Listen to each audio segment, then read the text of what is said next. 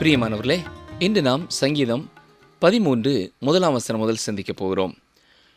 ஏற்கனவே நாம் சிந்தித்தது போல 9ஆம் சங்கீதம் முதல் 15ஆம் சங்கீதம் வரை வரப்போகிற மகா உபத்திரவ காலத்தை குறித்து சொல்லப்பட்டிருக்கிறது.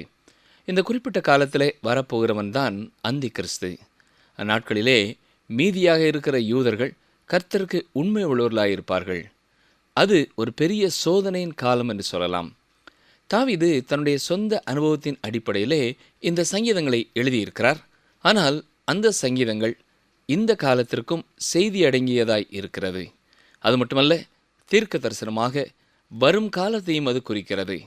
அதாவது திருச்சபை பூமியை விட்டு எடுத்துக்கொள்ளப்பட்ட பிறகு மகா உபத்திரவ காலங்களையும் அது வெளிப்படுத்துகிறது. அநேகமாக தாவீது சவுலால் விரட்டப்பட்ட பொழுது எழுதிய சங்கீதம்தான் இந்த 13ஆம் சங்கீதம். பெலிஸ்தியர்களும் தாவீதை பிடிக்க கூட்டம் கூடிய பொழுது அதுல்லாம் குகையிலே பதுங்கியிருந்த காலத்திலே இதை எழுதியிருக்கலாம். ஒவ்வொரு நாளும் மிக பரிதாபமான நிலைமையிலே தாவீது தன்னை கண்டார். சரீரம் சோர்ந்து போய், மனம் சோர்ந்து போய், இருதயம் தேவனை நோக்கி கதறுகிறது. 13ஆம் சங்கீதம் 1ஆம் வசனம், கர்த்தாவே, எதுவரைக்கும் என்னை மறந்திருப்பீர்? எதுவரைக்கும் உம்முடைய முகத்தை எனக்கு மறைப்பீர்? தேவன் தன்னை மறந்துவிட்டார் என்று தாவீது எண்ணுகிறார். இந்த வார்த்தைகளிலே எதிர்பார்ப்பும் தெரிகிறது. சற்று நம்பிக்கை இழந்தது போலவும் தெரிகிறது. வசனம் 2, என் இருதயத்திலே சஞ்சலத்தை நித்தம் நித்தம் வைத்து எதுவரைக்கும் என் ஆத்துமாவிலே ஆலோசனை பண்ணி கொண்டிருப்பேன்? எதுவரைக்கும் என் சத்துரு என்மேல் தன்னை உயர்த்துவான்? ஆண்டவரே, இது எவ்வளவு காலம் இன்னமும் நீடிக்கும் என்பதுதான் தாவீதின் கேள்வி. இந்த குறிப்பிட்ட காலத்திலே அவர் மிகவும் மனமுடைந்து போயிருந்தார். ஆனால் முற்றிலும் சோர்ந்து போய்விடாமல் தேவனை நோக்கி வேண்டுதல் செய்கிறார். நம்முடைய வாழ்க்கையிலையும் பிரியமானவர்களே, சோர்ந்து போய் தேவனை நோக்கி கதறினாலும் நாம் நம்பிக்கையை இழந்து தொடர்ந்து அவரிடத்திலே ஜெபிப்பதை விட்டுவிடக்கூடாது. வசனம் 3, என் தேவனாய கர்த்தாவே, நீர் நோக்கி பார்த்து எனக்கு செவி கொடுத்தருளும். நான் மரண நித்திரை அடையாதபடிக்கு என் கண்களை தெளிவாக்கும். இந்த வார்த்தைகளை எழுதிய போது தாவீது மிக பெரிய ஆபத்திலே இருந்தார். தனது எதிரி இரவிலே தன்னை கொலை செய்யக்கூடும் என்பதனாலே நித்திரை வராமல் இருந்தார். என்றாலும் ஓய்வு மிக அவசியமானதாக இருந்தது. எனவேதான் தேவனை பார்த்து, ஆண்டவரே, மரண நித்திரை எனக்கு வராதபடி, என் கண்கள் தெளிவாகும்படி எனக்கு தேவையான ஓய்வை தாரும் என்று கெஞ்சுகிறார். சங்கீதம் 13:4, அவனை மேற்கொண்டேன் என்று என் பகைஞன் சொல்லாதபடிக்கும், நான் தள்ளாடுகிறதுனால் என் சத்துருக்கள் களி கூறாதபடிக்கும் இப்படி செய்தருளும். தாவீதை எதிரிகள் பிடிப்பார்கள் என்றால் அது அவர்களுக்கு மிகுந்த பெரிய கொண்டாட்டமாயிருக்கும். எதிரி சந்தோஷமடைவான் என்றால் அது தாவீதுக்கு எதிரானது மட்டுமல்ல, தேவனுக்கும் எதிரானது. எனவேதான் எதிரி மேற்கொள்ள முடியாதபடி தன்னை காக்கும்படியாய் ஜெபிக்கிறார். மனவேதனையோடும் துக்கத்தோடும் ஜெபித்த பிறகும் தாவீதின் ஜெபம் தொடர்கிறது. இறுதியாக தேவன் மேலே உள்ள அற்புதமான நம்பிக்கையிலே அவர் இளைப்பாறுகிறார். சங்கீதம் 13:5, நான் உம்முடைய கிருபையின் மேல் நம்பிக்கையாயிருக்கிறேன். உம்முடைய இரட்சிப்பினால் என் இருதயம் களிகூரும். விடுதலையோடு தாவீது அலைந்து திரிய முடியாத நேரத்திலேயும் தான் முற்றிலும் அழிக்கப்பட்டு விட்டேன் என்று தாவீது எண்ணவில்லை. இருக்க வேண்டிய அளவு ஜாக்கிரதையாக இருந்தார். என்றாலும் தேவன் ஒருவரே தன்னை விடுதலை செய்ய முடியும் என்பதையும் முற்றிலும் நம்பியிருந்தார். ஆம் பிரியமானவர்களே, தாவீதைப் போல எதிரிகளால் ஆபத்து இல்லாமல் இருக்கலாம். ஆனால் ஏதோ பாவத்திலே விழுந்து தேவனை துக்கப்படுத்தி நீங்கள் சோர்ந்து போயிருந்தாலும் தேவன் இன்னமும் கிருபையில் ஐஸ்வர்யம் உள்ளவர் என்பதை அறிந்து உணர்ந்து அவர் மேலே உங்களுடைய நம்பிக்கையை வையுங்கள். நிச்சயமாக தேவனுடைய இரட்சிப்பினால் ஒரு நாள் நீங்கள் களி கூறுவீர்கள். சங்கீதம் 13:6, கர்த்தர் எனக்கு நன்மை செய்தபடியால் அவரை பாடுவேன். நீங்கள் எங்கே இருந்தாலும் சரி, நீங்கள் யாராக இருந்தாலும் சரி, இன்றைக்கு நீங்கள் எப்படி இருந்தாலும் சரி, நீங்கள் தேவனுடைய துதியை பாட முடியும். நமக்கு நல்ல செய்தி கிடைக்கும் பொழுது, ஆண்டவர் எனக்கு நன்மை செய்தார், நான் அவரை பாடுவேன் என்று பாடலாம். ஆனால் ஒரு சகோதரன் புற்றுநோயால் மிகவும் பாதிக்கப்பட்டு எந்த வேலையும் செய்ய முடியாதபடி படுத்த படுக்கையாக இருக்கும் பொழுதும் ஒரு வானொலி நிகழ்ச்சி மூலமாக ஆண்டவராகிய இயேசு கிறிஸ்துவை தன்னுடைய இரட்சகராக கண்டுகொண்டு அவர் கர்த்தரை மகிமைப்படுத்தி கொண்டு இருந்தார். அந்த பாடுகளின் மத்தியிலேயும் மரண படுக்கையின் வேளையிலேயும் தேவன் அவருக்கு எவ்வளவு அற்புதமானவராக இருந்தார், எப்படி தன்னை ரட்சித்தார், தன்மேலே தேவன் எவ்வளவு அற்புதமானவராக அன்புள்ளவராய் இருக்கிறார் என்று தேவனை துதித்து கொண்டே இருக்கிறார். அப்படிப்பட்ட ஒருவரை நாம் நேரிலே சந்திப்போம் என்றால் நம்முடைய துதியின் ஆழமோ உயரமோ எவ்வளவு குறைவு என்பதை நாம் புரிந்து கொள்ள முடியும். பாடுகளின் மத்தியிலே இருந்த தாவீதின் உள்ளத்தின் வார்த்தைகளைப் போலத்தான் ஒரு நாள் மகா உபத்திரவ காலத்திலேயும் கர்த்தருடைய பிள்ளைகளின் வார்த்தைகளும் இருக்கும். தொடர்ந்து 14ஆம் சங்கீதத்தை பார்ப்போம். இதுவும் 12ஆம் சங்கீதத்தைப் போல மனிதனுடைய கேடான தன்மையை வெளிப்படுத்துகிறது. தேவனுடைய மனிதர்கள் எல்லாரும் பிடிபட்டவர்கள் போல, தேவனற்றவர்களின் பொறுப்பில் இருக்கிறது போல எல்லா பக்கங்களும் ஊழலும் துன்மார்க்கமும் சட்டமும் சீரழிந்த நிலைமையிலேயும் எப்பக்கமும் காணப்படும். ஒருவேளை இந்த நாட்களிலேயும் பல இடங்களிலே இப்படித்தான் இருக்கிறது என்று நீங்கள் சொல்லலாம். என்றாலும் இன்னமும் மிகவும் கேடான ஒரு நிலைமை வரவில்லை. மகா உபத்திரவ காலம் அப்படிப்பட்ட ஒரு காலமாயிருக்கும். இயேசுவை இரட்சகராக கண்டுகொண்டவர்கள் அந்த மகா உபத்திரவ காலத்திற்குள்ளே கடந்து செல்லப் போகிறதில்லை. ஏனென்றால் வெளிப்படுத்துகிற விசேஷம் 3ஆம் அதிகாரம் 10ஆம் வசனத்திலே, என் பொறுமையை குறித்து சொல்லிய வசனத்தை நீ காத்து கொண்டபடியினால் பூமியில் குடியிருக்கிறவர்களை சோதிக்கும்படியாக பூச்சக்கரத்தின் மேலெங்கும் வரப்போகிற சோதனை காலத்திற்கு தப்பும்படி நானும் உன்னை காப்பேன். இவ்வாறு கர்த்தர் கூறியிருக்கிறார். கடைசி நாட்களின் மிக கேடான நிலைமையை 14ஆம் சங்கீதம் வெளிப்படுத்துகிறது. இந்த சங்கீதத்தை 3 பகுதிகளாக பிரிக்கலாம். முதலாவது உலகத்தின் கேடான நிலைமை, இரண்டாவதாக தேவனுடைய ஜனங்களுக்கு இருக்கும் எதிர்ப்பு, மூன்றாவதாக ஏக்கத்தோடு செய்யும் ரட்சிப்பிற்கான ஜெபம். இது சிறிய ஒரு சங்கீதமாயிருந்தாலும் முக்கியமான ஒரு சங்கீதம். வாசிக்கிறேன். சங்கீதம் 14:1. தேவன் இல்லை என்று மதிகெட்டவன் தன் இருதயத்தில் சொல்லிக் கொள்கிறான். அவர்கள் தங்களை கெடுத்து அருவருப்பான கிரியைகளை செய்து வருகிறார்கள். நன்மை செய்கிறவன் ஒருவனும் இல்லை. இந்த சங்கீதத்திலே மதிகெட்டவன் என்ற வார்த்தைக்கு பயன்படுத்தப்பட்டிருக்கிற எபிரேய வார்த்தை நாபால் என்பதாகும். இந்த வார்த்தையை கேட்டவுடனேயே இது எங்கோ கேள்விப்பட்டது போல இருக்கிறது என்று நீங்கள் நினைக்கலாம். ஆம் பிரியமானவர்களே, 1 சாமுவேல் 25ஆம் அதிகாரத்திலே நாம் படித்த சம்பவத்திலே வருகிற ஒரு அருமையான பெண்ணான அபிகாயிலின் கணவன்தான் அந்த நாபால். அவன் பேருக்கேற்ற குணநலம் உள்ளவனாயிருந்தான். மதிகேடாக நடந்தான் என்று நாம் படித்தோம். இந்த மதிகெட்டவன் என்ற வார்த்தைக்கு பைத்தியக்காரன் என்றும் நாம் மொழிபெயர்க்கலாம். சிருஷ்டிப்பை மட்டும் பார்க்கும் ஒரு மனிதன் கூட தேவன் இல்லை என்று சொல்ல முடியாது.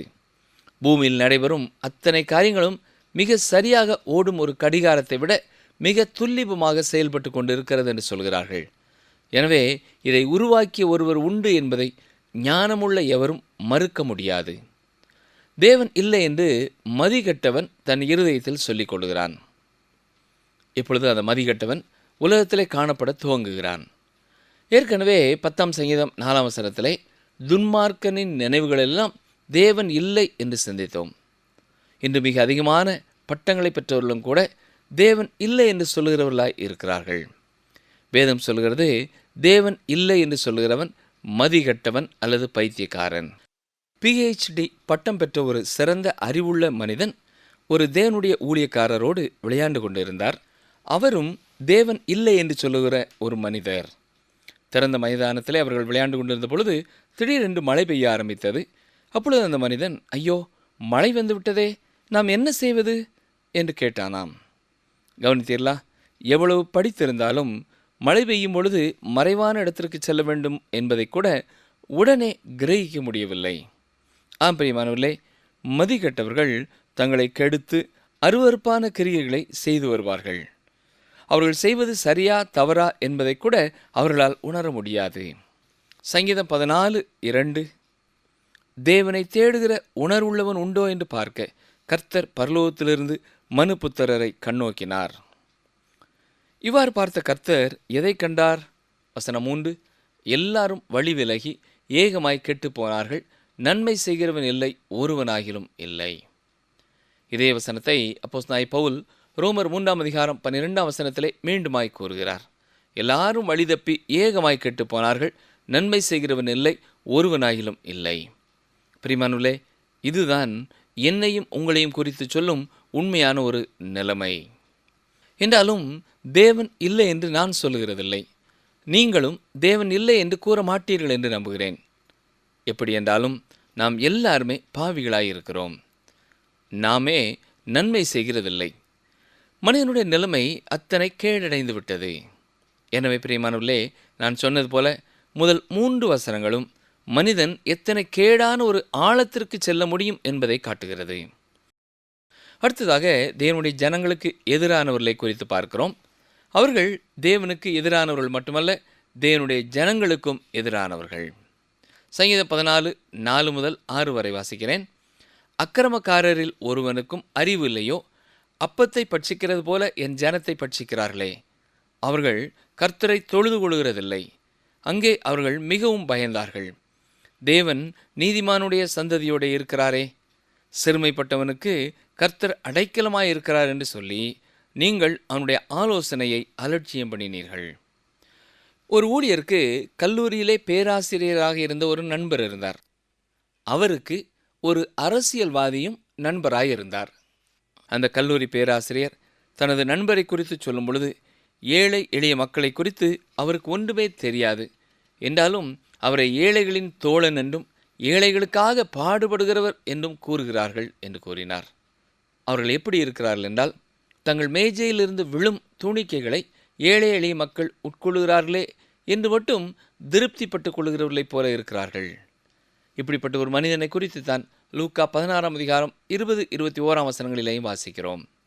பொதுவாகவே செல்வத்திலே வாழுகிற பலர் மேஜையிலிருந்து விழும் துணிக்கைகளைத்தான் மற்றவர்களுக்கு கொடுக்கிறார்களே ஒழிய தங்கள் செல்வத்தை ஏழை எளிய மக்களுக்காக இழக்க விரும்புகிறதில்லை. தொடர்ந்து இரட்சிப்பிற்கான ஒரு ஜெபத்தை குறித்து வாசிக்கிறோம். இது ஒரு வெற்றியின் குரலாய் இருக்கிறது. சங்கீதம் 14:7. சீயோனிலிருந்து இஸ்ரவேலுக்கு இரட்சிப்பு வருவதாக. கர்த்தர் தம்முடைய ஜனத்தின் சிறையிருப்பை திருப்பும்போது யாக்கோபுக்கு களிப்பும் இஸ்ரவேலுக்கு மகிழ்ச்சியும் உண்டாகும். இந்த வசனமானது சீயோனிலிருந்து இஸ்ரவேலுக்கு இரட்சிப்பு வரும் அந்த மகிமையான நாளை எதிர்பார்த்து பேசுகிறது. அந்நாட்களிலே யாக்கோபுக்கு உண்மையாகவே களிப்பும் இஸ்ரவேலுக்கு மகிழ்ச்சியும் உண்டாகும். இஸ்ரவேல் ஜனங்களை குறித்து தேவன் எதிர்கால திட்டம் ஒன்றை வைத்திருக்கிறார் என்பதை ஏற்றுக்கொள்ளாதவர்கள் சங்கீத புத்தகங்களை குறித்து அறியாதவர்கள் என்றுதான் பொருள். மற்ற வேத பகுதிகளிலே சொல்லப்பட்டிருக்கிற காரியங்களை ஒருவேளை அவர்கள் எளிதாக புறக்கணித்து விடலாம். ஆனால் சங்கீதக்காரனின் இந்த ஏக்க குரலையும் நம்பிக்கையின் குரலையும் எப்படி புறக்கணிக்க முடியும்? ஆம் பிரியமானவர்களே, தேவன் இல்லை என்று மதிகட்டவன் தன் இருதயத்திலே சொல்லிக் கொள்ளலாம். அப்படி சொல்லுகிறவருடைய வாழ்க்கை தங்களை தாங்களே கெடுத்து கொண்டவருடைய வாழ்க்கையாகும். அருவருப்பான காரியங்களை செய்கிறவர்களாகவும் அவர்களை வழி நடத்தும். என்றாலும் தேவன் நீதிமானுடைய சந்ததியோடே இருக்கிறார். நிச்சயமாய் ஒரு நாள் அவர்களுக்கு விடுதலையையும் மகிழ்ச்சியையும் கொடுப்பார். இப்பொழுது நாம் சங்கீதம் 15 கடந்து செல்வோம். 9ஆம் சங்கீதத்திலே ஆரம்பமான கருத்து இந்த 15ஆம் சங்கீதம் வரைக்கும் கடந்து வருகிறது. இந்த சங்கீதங்களை தொடர்ச்சியாக வாசித்து பார்ப்பீர்கள் என்றால் அதிலே ஒரு முன்னேற்றத்தை நீங்கள் பார்க்க முடியும். 9ஆம் 10ஆம் சங்கீதங்களிலே சாத்தானின் மனிதனான அந்தி கிறிஸ்துவை குறித்து நாம் பார்த்தோம்.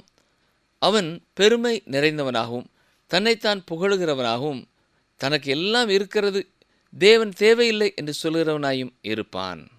11ஆம் சங்கீதத்திலே நீதிமான்கள் சோதிக்கப்படுவதை குறித்து சிந்திக்கிறோம்.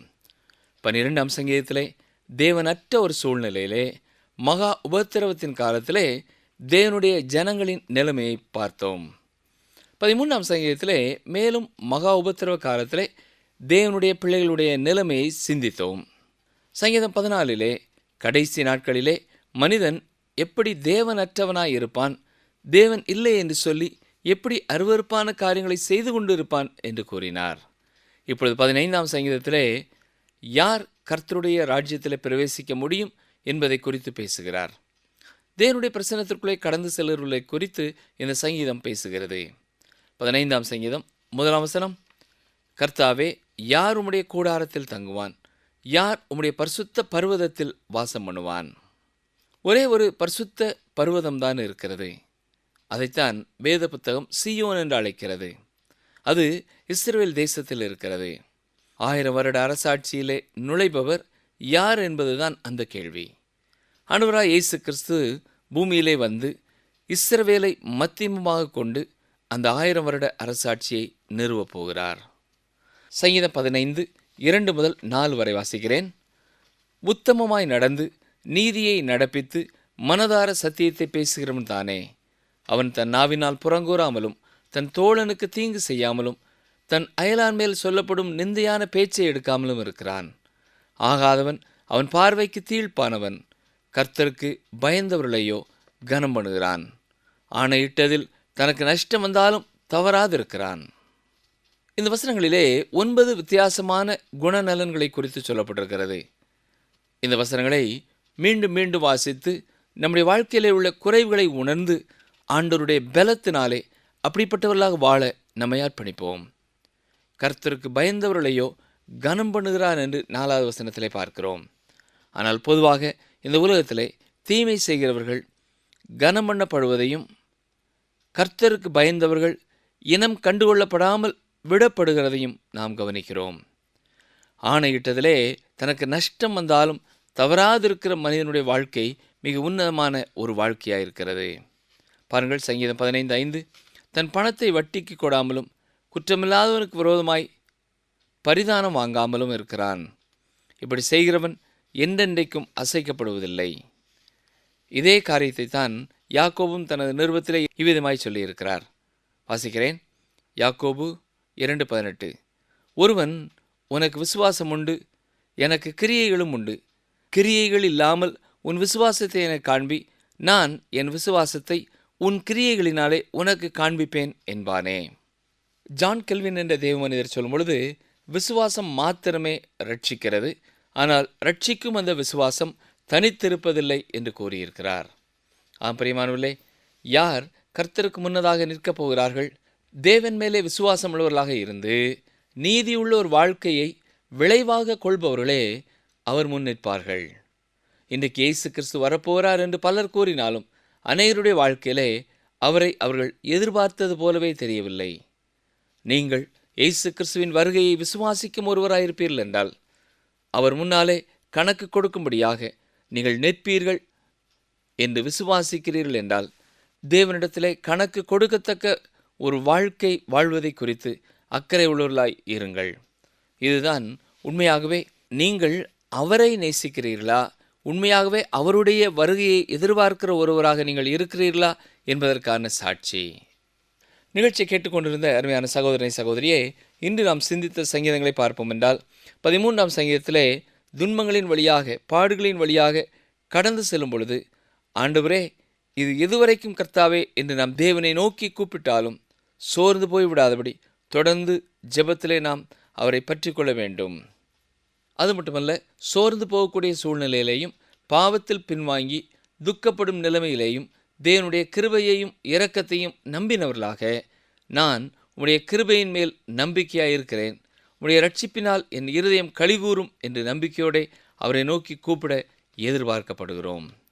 மேலும் வேதனைகள் துன்பங்கள் மத்தியிலேயும் கர்த்தரை நோக்கி ஜெபிப்பதை நாம் விட்டுவிடக்கூடாது. பலர் நாம் ஜெபித்து என்னத்தை கண்டோம் என்று சோர்ந்து போய் விடுவதை நாம் பார்க்கிறோம். ஆனால் பிரியமான சகோதரனை சகோதரியே, அப்படிப்பட்ட ஒரு நிலைமையிலே நீங்கள் இன்றைக்கு இருப்பீர்கள் என்றால் தேவன் ஒவ்வொரு நாளும் உங்களை பார்த்து கொண்டே இருக்கிறார். அவருடைய கண்கள் உங்கள் மேல் திறந்ததாய் இருக்கிறது. அவரை நோக்கி நீங்கள் ஜெபிப்பதை அவர் கவனித்து கேட்டுக்கொண்டே தான் இருக்கிறார். ஏற்ற நேரத்திலே அவர் உங்களுக்கு பதில் கொடுக்கிறவர். நம்மை சுற்றி தேவன் இல்லை என்பது போல மனிதர்கள் நடக்காவிட்டாலும் தேவன் அவருக்கு பயப்படத்தக்கவர்களோட இருக்கிறார். இதை நாம் ஏமாந்து போகக்கூடாது. சிறுமைப்பட்டவனுக்கு கர்த்தர் அடைக்கலமாயிருக்கிறார். நிச்சயமாக அவருடைய பிள்ளைகளுக்கு களிப்பும் மகிழ்ச்சியும் உண்டாகும்.